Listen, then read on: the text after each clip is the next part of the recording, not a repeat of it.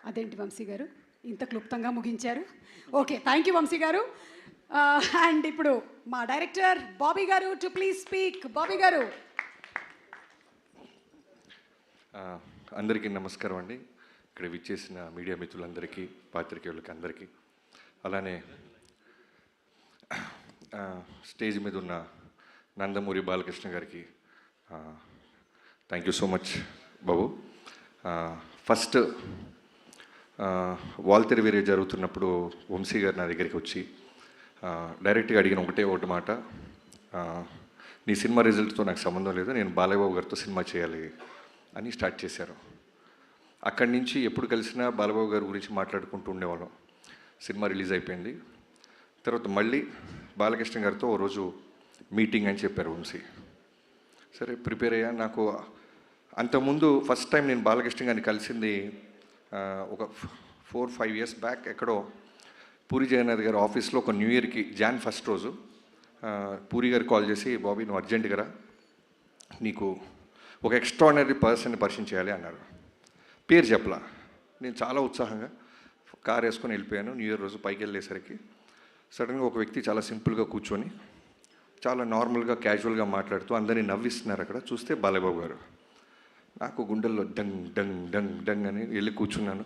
చాలా కూల్గా మాట్లాడారు. ఆయన సెన్స్ ఆఫ్ హ్యూమర్ ఆ రోజు ఫస్ట్ టైం నేను చూసా. మనం చాలా వింటుంటాం బాలయ్యబాబు గారి కోపం, బాలయ్యబాబు గారు సీరియస్గా ఉంటారు, అది ఇదని. ఇవన్నీ అన్స్టాపుల్ బిఫోర్. తర్వాత అన్స్టాపుల్ స్టార్ట్ అయిన తర్వాత దానికి ముందుగా తేజు గారికి థ్యాంక్ యూ. బాలయ్యబాబు గారిని దగ్గరగా చూసిన వాళ్ళకే తెలుస్తుంది ఒరిజినల్ బాలయ్యబాబు గారు ఎంత కూల్గా, ఎంత సెన్సిబుల్గా ఉంటారు, ఎంత జాయ్ఫుల్గా ఉంటారు, ఎంత ఫ్రీడమ్ ఇస్తారనేది. అదైన తర్వాత మళ్ళీ వంశీ గారితో పాటు నేను ఒకరోజు ఫైనల్గా ఒక మంచి రోజున బాలయ్యబాబు గారిని కలిసాం. కలిసినప్పుడు మాట్లాడుకుంటూ ఆయన ఫస్ట్ నాకు 3 ఆప్షన్స్ ఇచ్చారు. నేను సార్ అని పిలుస్తుంటే, బాబీ నువ్వు 3 ఆప్షన్స్ ఇస్తానమ్మా, 3 ఒకటి చూస్ చేసుకో అన్నారు. ఏంటి బాబు? ఏంటి సార్ అన్న. Call me bro, Bala and one more thing, Bala bro, okay 2 Bala are bro, ఈ 2 ఒకటి సెలెక్ట్ చేసుకో అంటే నేను బాలా బ్రో బాబు 3 ఒకటి సెలెక్ట్ చేసుకో అన్నారు. నేను వెంటనే బాబు అన్న. బ్రో అల్లేలో బాలా అల్లేలో. సో అక్కడి నుంచి స్టార్ట్ అయింది బాలబాబు గారితో. సో ఆ రోజు కథ గురించి తక్కువ మాట్లాడుకున్నాం. ఫస్ట్ ఏం చేశారంటే ఆయన నన్ను చాలా కూల్గా, నేను ఇలా ఉండబోతున్నాను త్రూఅవుట్ సినిమాకి అనేది అర్థమయ్యేలాగా నా ముందు ఆయన ఉన్నారు. చాలా గ్రౌండెడ్, చాలా కూల్గా. అసలు బాలకృష్ణ గారు ఆల్మోస్ట్ 2 hours కూర్చుంటే ఇంత కూల్గా ఉంటారా అని ఒక పాజిటివ్ ఎనర్జీ. నిజంగానే ఆరా అని మాట్లాడుతుంటాం కదా, మనం ఆ ఆరాని చాలా రేర్గా చూస్తుంటాం, టెంపుల్స్లో ఉంటుంది. నేను ఆ రోజు విట్నెస్ చేశాను ఒక ఆరాని. ఆయన మాట్లాడుతుంటే, ఆయన ముందు కూర్చున్నప్పుడు తెలియకుండానే ఒక వైబు. మనలో ఏదైనా చిన్న భయాలు ఉంటాయి, అన్నీ పోతున్నాయి. అక్కడి నుంచి మొదలెట్టి కథ కంటే ముందు బాబీ మనం ఏం చేద్దాం అని మాట్లాడుతూ ఆయన ఇస్తున్న ఫ్రీడమ్తో ఆదిత్య 369లో ఉన్న ఒక విజువల్ చూపించారు ఆయన. సో మేము ఆల్రెడీ ఒక ఐడియా అనుకుంటున్నాం, ట్రావెల్ అవుతున్నాం. ఈ క్యారెక్టరు ఆయన ఇప్పుడు మాట్లాడేది ఏంటంటే, నా కోసం, నాన్నగారి తర్వాత నా కోసం వస్తున్న అభిమానుల కోసం నేను ఏదైనా కష్టపడతాను బాబీ. సో వాళ్ళు ఏం కోరుకుంటారు, సో వాళ్ళకి ఏదైనా ఇవ్వాలి అంటూ ఆ క్యారెక్టర్ గురించి చెప్పారు ఆయన. సో వెంటనే నేను నా టీంతో కూర్చొని వెళ్తున్న కథలో నుంచి మెల్లగా ఆ క్యారెక్టర్ని, ఆ లుక్లో ఉన్న క్యారెక్టర్ని ఇప్పుడున్న ప్రజెంట్ జనరేషన్కి దానికంటే నెక్స్ట్ బెస్ట్ ఇవ్వాలని కూర్చొని వర్క్ స్టార్ట్ చేశాం. నాకు తెలిసి కథ విషయంలో నేను ఎప్పుడు వినలేదు. బాలకృష్ణ గారితో కొన్ని ఫ్యూ మీటింగ్సే.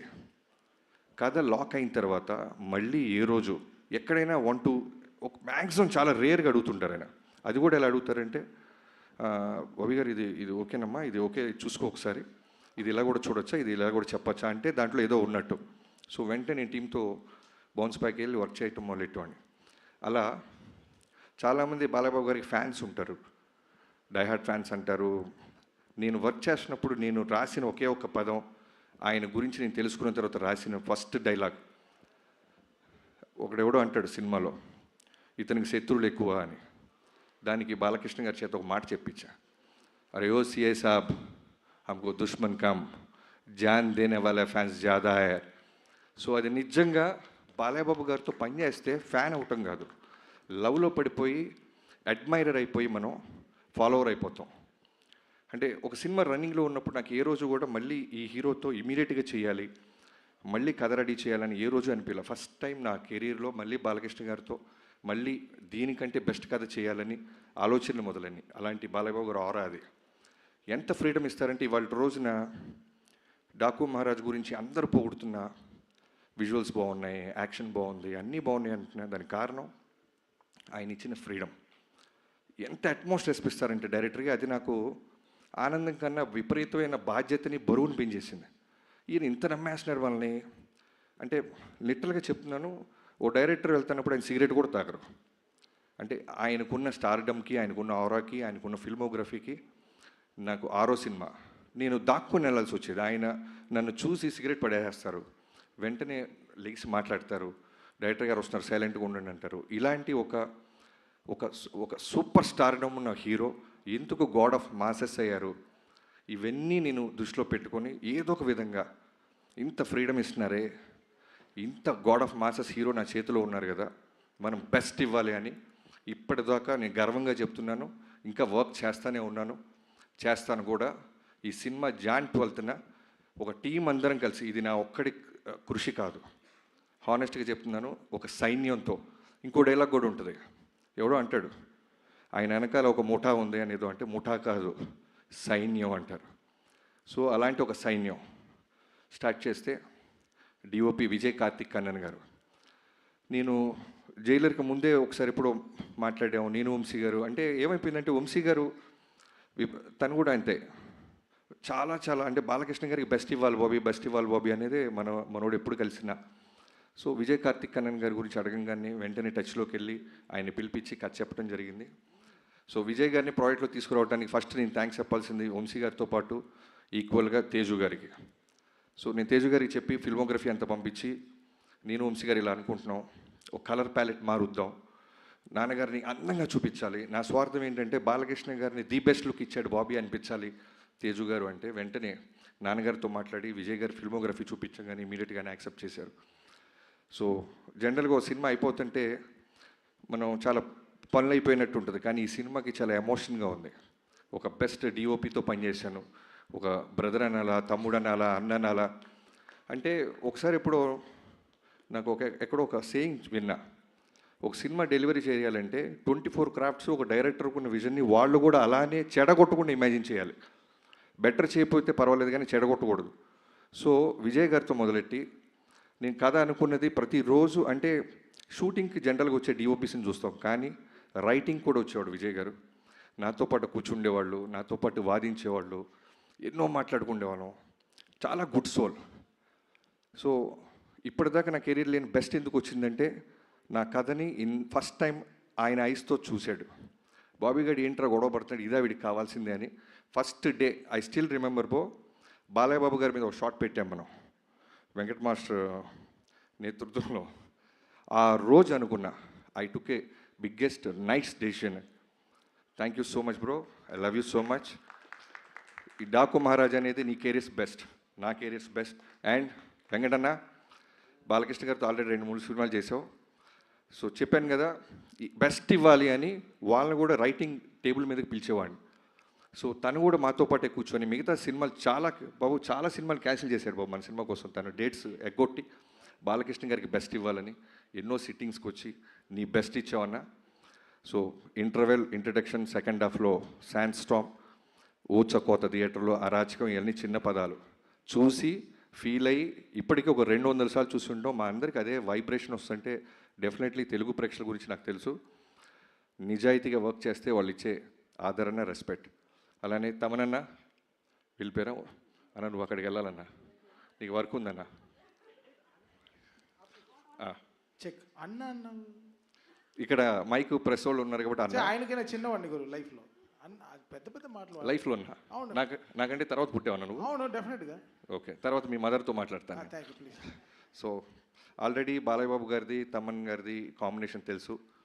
సో ఈ సినిమాకి ఏంటంటే మోర్ దెన్ సాంగ్స్, అంటే ఈక్వల్గా సాంగ్స్తో పాటు నాకు కావాల్సింది విపరీతమైన బ్యాక్గ్రౌండ్ స్కోర్. బాలయ్య బాబు గారి మీద మేము తీసిన విజువల్స్ అయి ఉండొచ్చు, మేము ఖర్చు పెట్టిన లొకేషన్ సెట్స్ అయి ఉండొచ్చు, సాలిడ్ ఒక ఇంగ్లీష్ బీజిఎమ్స్ ఏదో ఉండాలి. ఎక్కడో తమిళ సినిమాలు చూసి మనం వాళ్ళ రిఫరెన్స్లు మనం వింటున్నామే, మనవి కూడా రిఫరెన్స్లు అవ్వాలి కదా, మన సినిమా ఎందుకు అవ్వకూడదని తమన్ గారిని కలిసాం. సో తమన్ గారు నిజంగా చెప్తున్నాను, ఇందాక నేను బాలబాబు గారు అదే మాట్లాడుకుంటున్నాం, స్పీకర్ అంత పెద్ద స్పీకర్ నేల మీద పడింది. సో థియేటర్లలో జాగ్రత్త, స్పీకర్ల కింద కూర్చున్నోళ్ళు జాగ్రత్త, మేమైతే బాధ్యతలం కాదు. అంత బెస్ట్ ఇచ్చామన్నా. అండ్ యుగేంద్ర గారు, అదే చెప్తున్నాను కదా, ఒక సైన్యంగా మన బాలబాబు గారు అందంగా చూపించాలి, బెస్ట్ ఇవ్వాలని వెళ్తాను. నాతో పాటు వచ్చిన సైన్యంలో యుగేంద్ర గారు ది బెస్ట్ వర్క్ ఇచ్చారు. శాండ్ స్టామ్ అది క్రియేట్ చేయటం, ఒక జనరల్గా యానిమల్స్ జోలికి, ఫైర్ జోలికి, వాటర్ జోలికి వెళ్ళకూడదు సినిమాలో. చాలా కష్టమైన క్రాఫ్ట్స్ అవి, ఎగ్జాక్ట్గా మనం అచీవ్ చేయలేకపోతే ఇప్పుడు వస్తున్న సోషల్ మీడియా చూస్తున్నాం, ఖాళీగా ఉన్న వాళ్ళందరూ దాని మీద పడిపోతారు. అలాంటిది యుగేంద్ర గారు ది బెస్ట్ ఇచ్చారు. యుగేంద్రజీ, నేను ఎందుకు ఇందాక మీరు మాట అన్నారు, బాబీ చాలా స్పేస్ ఇస్తున్నాడు కెమెరామ్యాన్కి, ఎడిటర్కి, మాస్టర్కి, మీకు అంటే, అది నేను బాలబాబు గారి దగ్గర చూసా. ఆయన కథ నమ్మిన తర్వాత డైరెక్టర్కి వదిలేస్తారు. అంటే అలా వచ్చి కూర్చొని పొద్దున్నే 7 6 వచ్చి కూర్చొని, ఎండైనా, వానైనా, వర్షమైనా, తుఫానైనా, ఏమైనా సరే, ఇందాక చాలా మంచి రిఫరెన్స్ చెప్పావు బ్రో, ఫైర్లో చేసాం, స్పార్క్స్ పడుతున్నా కళ్ళార్పరు, శాండ్ స్టామ్ విపరీతమైన చుట్టూ ప్రొఫైలర్స్ పెట్టి గుర్రం నుంచి బాలబాబు గారిని తీసుకొస్తుంటే కన్నార్పరు, వర్షం పడుతున్నా కన్ను, అలానే ఎంత ఇంటెన్స్గా ఉంటారంటే చేసి మళ్ళీ దగ్గరికి వచ్చి మీకు ఓకేనా. తర్వాత చాలా గుడ్ క్వాలిటీ ఏంటంటే బాలబాబు గారికి డ్రామాలు ఇష్టం ఉండవు, ఓవర్ యాక్ట్ చేయకూడదు ఎవడు. అది నేను 3-4 డేస్లో అర్థమైపోయింది. మనం వెళ్ళిపోయి బాబు బాబు అంటే ఆయనకి నచ్చదు. అలానే ఫ్యాన్స్ ఎవరైనా వచ్చి కాళ్ళ మీద పడుతుంటే నచ్చదు. మీరు మీ పనులు చేసుకోండి, మా పనులు మేము చేసుకుంటున్నాం. అంతగా ఫ్యాన్స్ని ప్రేమిస్తారు ఆయన. అవుట్డోర్స్కి ఫ్యాన్స్ వస్తే తిడతారు, ఎందుకు ఇంత దూరం వచ్చారు, మీకు పనులు ఉన్నాయి కదా, జాగ్రత్తగా వెళ్ళండి దారిలో అని. సో మిగతా నా రైటింగ్ టీం, బాబాయ్ మోహన్ కృష్ణ గారు, మీరు మీకు తర్వాత చెప్తాం, మీరు బాలకృష్ణ గారితో మీరు వేసిన జోకులన్నీ చాలా ఉన్నాయి, రికార్డ్ చేసాం, అన్నీ తర్వాత ప్లే చేస్తాం. సో మోహన్ కృష్ణ గారు, నాది ఆల్మోస్ట్ నా 2003 నుంచి నా జర్నీ, ఒక రక్త సంబంధం లేకపోయినా బాబాయ్ అని పిలవటం మొదలెట్టాను. నాతో పాటు నిరంతరం నాతో పాటే ఉంటాడు ఆయన. ఆయన కొడుకు ఎదుగుతుంటే ఎంత ఆనందపడతాడో నాలో ఆయన కొడుకుని చూసుకుంటాడు. అలానే చక్రి నా ఫ్రెండ్, నాతో పాటు త్రూఅవుట్ సినిమాలో ఉన్నాడు, ఫ్యామిలీకి నాలాగే దూరంగా ఉన్నాడు, ఎన్నో ఎఫర్ట్స్ పెట్టాడు. బాలబాబు గారికి బెస్ట్ ఇవ్వాలి, బాలబాబు గారు బెస్ట్ ఇవ్వాలి, మా బాబాకి బెస్ట్ ఆపర్చునిటీ వచ్చింది అని. And Vineeth, thank you so much. Teasers, promos, posters అన్నీ ఎన్నో బాధ్యతలు తీసుకొని నువ్వు టిల్ డేట్ ఎక్స్ట్రాడినరీగా మనం రిలీజ్ చేస్తున్నావు.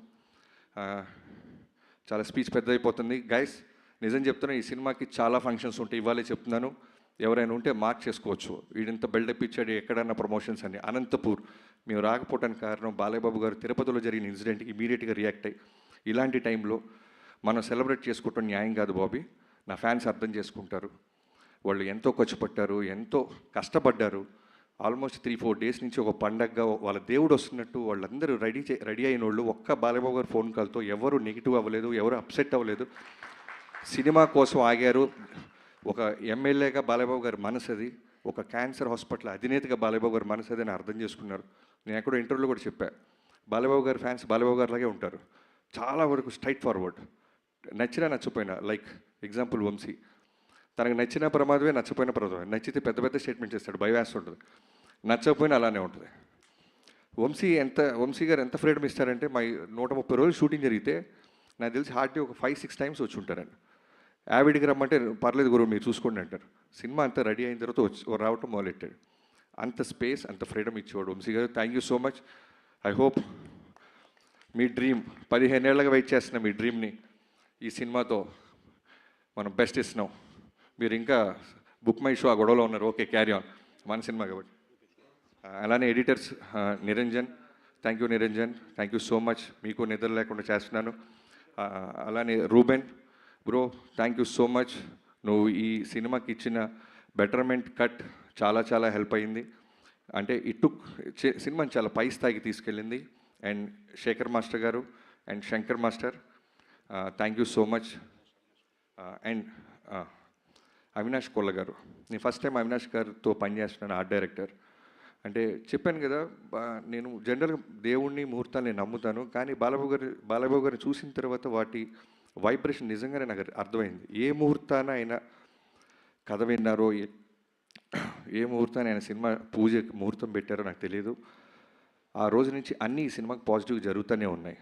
అలానే అవినాష్ గారు, one of the best art director ఏ రోజు కూడా మాకు ఇది కాదు ఇది అవ్వదు అని లేదు.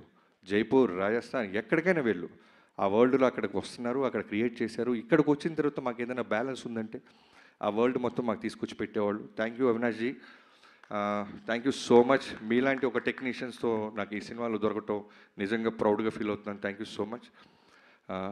స్టేజ్ మీద ఉన్న మిగతా హీరోయిన్స్ అందరికీ, ప్రజ్ఞ, థ్యాంక్ యూ సో మచ్ ప్రజ్ఞ. నువ్వు ఎప్పటి నుంచో మనం మాట్లాడుకుంటున్నాం, కానీ ఎప్పుడు కథలో నేను అనుకున్న క్యారెక్టర్కి తను ఎప్పుడు నేను అప్రోచ్ అవ్వలేకపోయాను.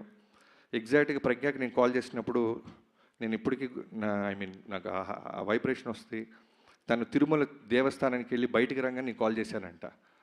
సో ఒక సినిమాకి మంచి జరగాలంటే అన్నిటినీ ఆ దేవుడు భగవంతుడు ఇస్తాడనటానికి ప్రజ్ఞ ఒక one of the example. Thank you Pragna. Okay, thank you. అలానే శ్రద్ధ, ఈ సినిమాలో నీ క్యారెక్టర్ గురించి ప్రీ రిలీజ్ ఫంక్షన్స్లో తక్కువ మాట్లాడాలి, ఎందుకంటే I can't reveal it, but you are the best, the best చేసావు. ఎంత ఓపిక్గా ఎన్ని ఎన్ని ఎన్ని సైన్లైనా సరే డైరెక్టర్ గారికి మీకు ఓకేనా, చిన్న వాయిస్ పెంచాలన్నా, డౌన్గా మాట్లాడానన్నా, thank you so much. And Urvashi అనగానే జనరల్గా సాంగ్స్ కోసం పిలుస్తారు, ఐటమ్ సాంగ్ చేసి పంపిస్తారు, ఇలా అనుకుంటున్న ఊర్వశిని మేము నిజంగానే ఈ సినిమాలో ఒక కీ క్యారెక్టర్గా వాడాం. చాలా చాలా అందంగా చూపించాం, చాలా బాగా చేసిన అమ్మాయి. Thank you Urvashi. ఈ సినిమాతో నువ్వు ఇంకా పెద్ద సినిమాలు చేస్తావని నేను నమ్ముతున్నాను.